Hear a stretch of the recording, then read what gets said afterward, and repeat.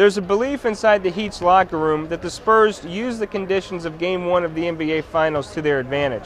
More specifically, the Heat is certain that Spurs coach Greg Popovich knew about the air conditioning malfunction ahead of time, and instead of informing the NBA and the Heat, used that information to the team's own game.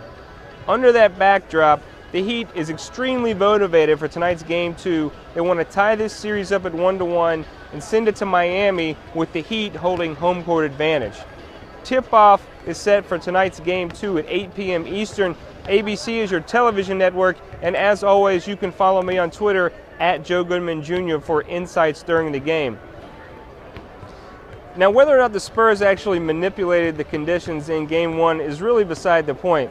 Either way you look at it, the seeds of doubt were planted in the minds of Heat coach Erik Spoelstra and his team. In the 2 days leading up to Game 2, Spoelstra poked fun at the Spurs for the situation in Game 1. During the halftime in Game 1, LeBron James actually went up to Greg Popovich and talked to him, presumably about the temperature in the building. Later in the third quarter of that game, LeBron James walked to the bench and said, quote, "They're trying to smoke us out." Now, other than properly hydrating for Game 2, there are some other adjustments the Heat would like to make tonight. Number one, better execution off the bench. Both LeBron James and Dwayne Wade were critical of Heat coach Erik Spoelstra and how he used that bench. They didn't think that Spoelstra went deep enough into the bench, so expect to see some combination of Udonis Haslem, James Jones, and Tony Douglas tonight.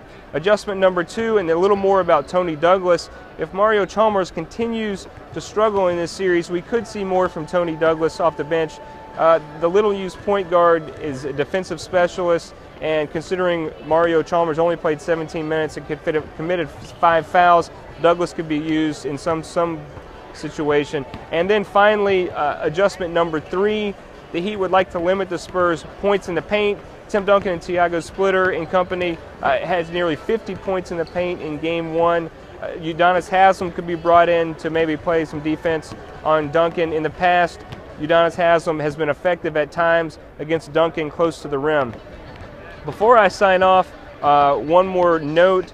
The Heat is 12-0 in games after playoff losses since the 2012 Eastern Conference semifinals. If that trend continues, then the Heat will go back to Miami 1-1 in this series, and everything that happened in Game 1 will be moot.